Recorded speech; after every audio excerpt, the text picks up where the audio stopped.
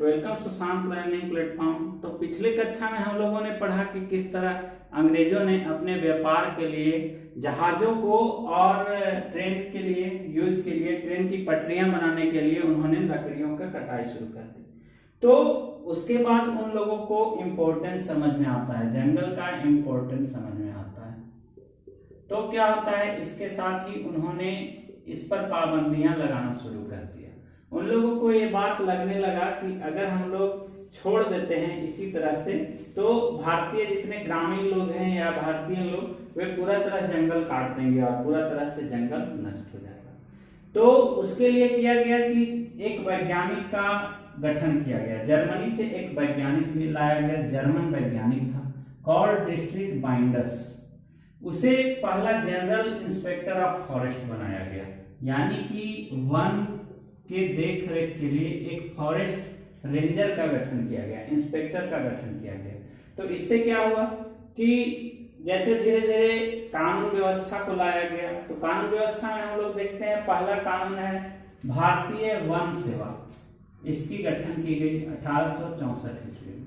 1865 ईस्वी में Indian forest act लाया गया। 1906 ईस्वी में इंपीरियल फॉरेस्ट रिसर्च इंस्टीट्यूट बना दिया गया। तो इसमें क्या हुआ कि बहुत सारे लोग जो ग्रामीण लोग थे या फिर जो लोग इंटरेस्ट रखते थे वन जीवन को बचाने के लिए, उन लोगों को जगह दिया गया। अगला हमारा है कि फॉरेस्ट रूल बनाया गया, यानी कि वन कानून बनाया गया। इसके तहत ये कानून में लाया गया कि अगर कहीं पे भी हम वन काटते हैं, यानी कि 2 एकड़ जमीन में अगर हम लोग डिफॉरेस्टेशन करते हैं, यानी कि वन की कटाई करते हैं, तो वहां पे इकोनॉमिकल व्यवसायिक पौधे लगाया जाए, यानी कि एक टाइप के पौधा लगा दिया जाए जिससे आगे चल के हम लोगों को मुनाफा हो। तो ये एक प्रकार का नियम था, वन कानून था कि अगर 2 एकड़ जमीन में या कितना हो एकड़ जमीन में जितना जंगल काटा जा रहा है उतना जंगल व्यवसायिक पर्पस के लिए दोबारा लगाया जाए। अगला हमारा है कि इंडियन फॉरेस्ट एक्ट बनाया गया, यानी भारतीय कानून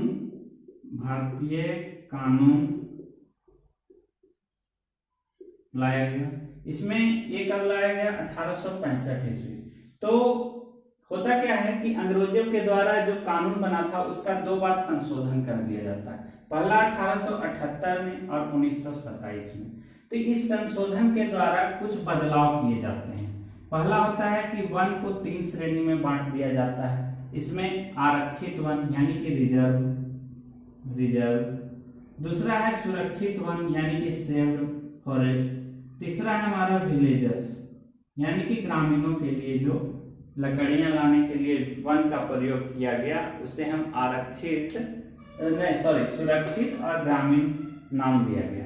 तो जो सबसे अच्छा वन था जिससे व्यवसाय किया जा सकता था, यानी कि बिजनेस किया जा सकता था, उसे रखा गया आरक्षित वन में। जो सबसे अच्छे वन थे उन्हें आरक्षित वन कहा गया।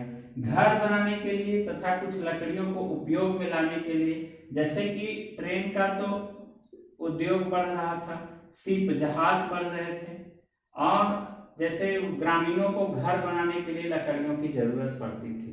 तो इसीलिए क्या किया गया, अगर वन की कटाई किया जाता था अगर ग्रामीणों के द्वारा, तो उन्हें सिर्फ सुरक्षित और ग्रामीण वन में ही ये हक मिलता था। अगर वे लोग आरक्षित वन में जंगल की कटाई करेंगे तो उन्हें सजा का प्रावधान किया गया, यानी कि लोगों को कंट्रोल करने के लिए, लोगों को नियंत्रित करने के लिए वन कानून बनाया गया भारत में। तो क्या हुआ, पूरे देश में वन कानून लागू कर दिया गया। वन कानून लागू करने से क्या हुआ, जंगल का डिफॉरेस्टेशन जो था सो बिल्कुल अच्छे तरीके से रुक गया। वहां पे फॉरेस्टरों की बहाली की गई, यानी कि जंगल की देखभाल के लिए वहां पे आर्मीज, सेना की बहाली की गई, लोकल स्तर पे बहाली की गई जो जंगल का देखभाल कर सकते थे अच्छे तरीके से। तो वन कानून बनाने से क्या होता है कि डिफॉरेस्टेशन जो होता है वो अच्छी तरीके से रुक जाता है। तो हम लोग अगला पॉइंट देखते हैं।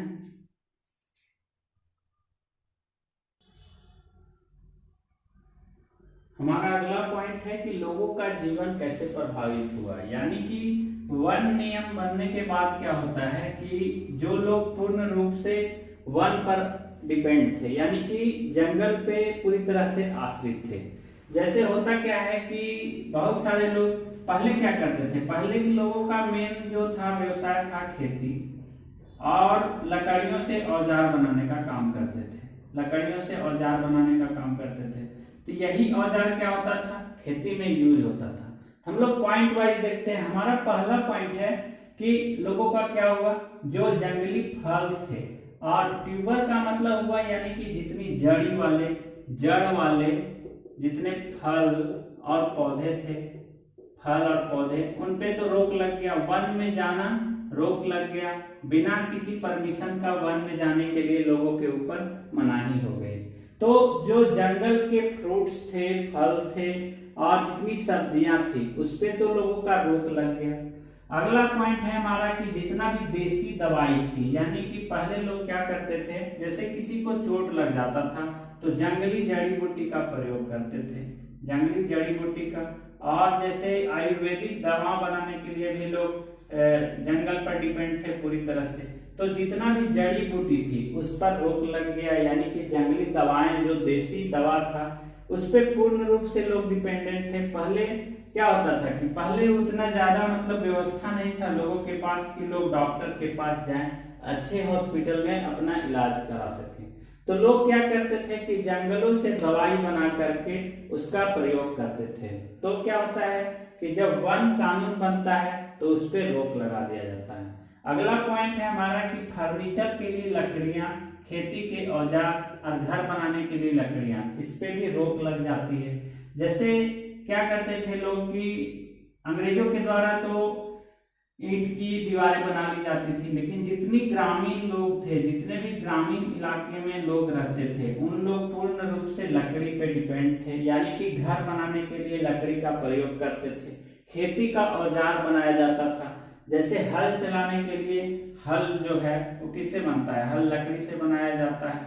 ओके, तो इन सब के लिए अच्छे लकड़ी की आवश्यकता होती थी, जिसपे अंग्रेजों ने रोक लगा दिया।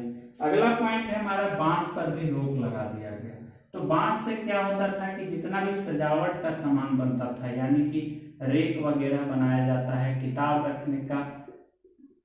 रखने का रेक बनाया जाता है, और बहुत तरह तरह के चीज बनाए जाते थे। जो लोगों का व्यापार होता था उस पे पाबंदी लग जाता है। लोग बाल्टी और छाता बनाते थे, इस पे भी रोक लग गया, यानी बांस पे भी रोक लगने से लोगों के व्यापार में नुकसान हुआ।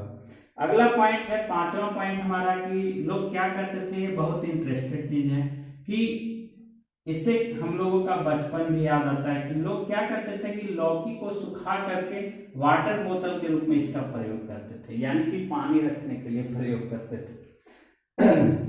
हमारा नेक्स्ट पॉइंट है कि लोग क्या करते थे कि तेल बनाने के लिए, यानी कि दिया जलाने के लिए या फिर लैंप जलाने के लिए लोग तेल का प्रयोग करते थे। तो उस समय लोग मिट्टी का तेल का प्रयोग नहीं करके महुआ के पेड़ से लोग तेल बनाने का काम करते थे, जिस पर भी रोक लगा दिया गया।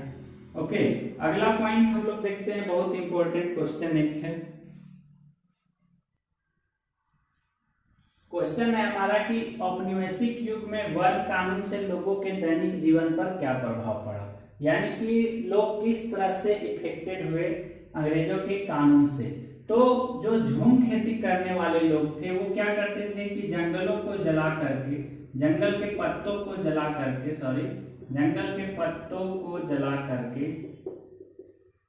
कर उस पर आग लगा देते थे।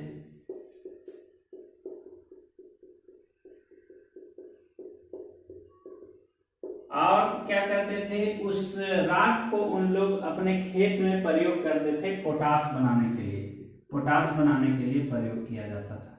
तो जंगल पे जब रोक लग जाता है तो उन लोगों का बहुत नुकसान होता है। अब है अगला पॉइंट हमारा कि घुमंतू और चरवाहा समुदाय, यानी कि जो लोग एक जगह नहीं रहते थे, घूम घूम करके खेती करने का काम करते थे, या अपने बकरियों को, भेड़ों को, गायों को या अपने और भी जानवरों को चराने का काम करते थे, उन लोगों को भी जंगल में घुसने से मना कर दिया गया, यानी उन लोगों को बहुत ज्यादा नुकसान हुआ। अगला पॉइंट है हमारा कि लकड़ी और जो वन उत्पाद का व्यापार करने वाले लोग थे, उन लोगों का व्यापार पूर्ण रूप से ठप हो जाता है। अगला पॉइंट है बगान मालिकों को, यानी कि जो बगान के मालिक थे वे क्या करते थे कि जंगल में बहुत सारा जमीन लेकर के बगान लगाने का काम करते थे। फल के पेड़ पौधे या फिर बहुत महंगे महंगे पेड़ पौधे लगाने का काम करते थे। उन लोगों को भी क्या हो गया, अब परमिशन की जरूरत पड़ गई। तो परमिशन की जरूरत से क्या हुआ कि इनकी संख्या कम होने लगी। धीरे धीरे लोग इंटरेस्ट नहीं लगने लगे कानून के पचड़े में पड़ने का, रिस्क नहीं लेने लगे। और जो शिकारी लोग थे, जो शिकार करने का काम करते थे जंगलों में, उन लोगों पे भी बहुत बुरा प्रभाव पड़ा। अगला पॉइंट हम लोग देखते हैं। तो अगला पॉइंट है हमारा कि शिकार की आजादी किसे थी, यानी कि कौन से लोग थे जो शिकार कर सकते थे जंगलों में। तो अगला है कि जैसे नए व्यापार और नए रोजगार और नई सेवाएं। तो हम लोग इस तीनों पॉइंट को एक बार में समझने का कोशिश करते हैं। वन कानून बनने के बाद क्या हुआ, लोगों की तो लग गई। जो लोग पूरी तरह से फॉरेस्ट पे डिपेंडेंट थे, उन लोगों का जीवन पूरी तरह से नरक हो गया। क्या होता है कि मद्रास का प्रेसिडेंसी इलाका है कोरावा, कराचा और येरुवला, वहां के समुदाय के लोग अपने व्यापार से पूर्ण रूप से हाथ धो बैठे थे। अब कैसे, तो जो घुमंतू समुदाय के लोग थे या फिर झूम खेती के लोग झूम खेती करते थे, उन लोगों को अनाज के लिए भी तरसना पड़ गया। उन लोगों का व्यापार पूर्ण रूप से बंद हो गया। लोग क्या करते थे कि घूम घूम करके चरवाहे का जगह ढूंढते थे। क्या होता था कि एक जगह घास का मैदान नहीं होता था, तो लोग घूम घूम के अपने जानवरों की देखभाल करते थे।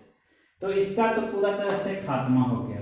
अब है कि शिकार की आजादी किसे थी, तो शिकार की आजादी उन लोगों को थी जो पर्यावरणविद नहीं थे। पर्यावरणविद नहीं थे, जो कि अंग्रेजों, बड़े बड़े अंग्रेज ऑफिसर,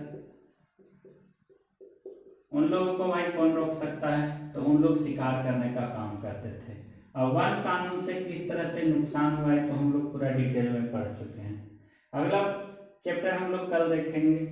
हमारे चैनल को सब्सक्राइब करना ना भूलें, सब्सक्राइब करके जाइएगा स्टूडेंट्स। ओके।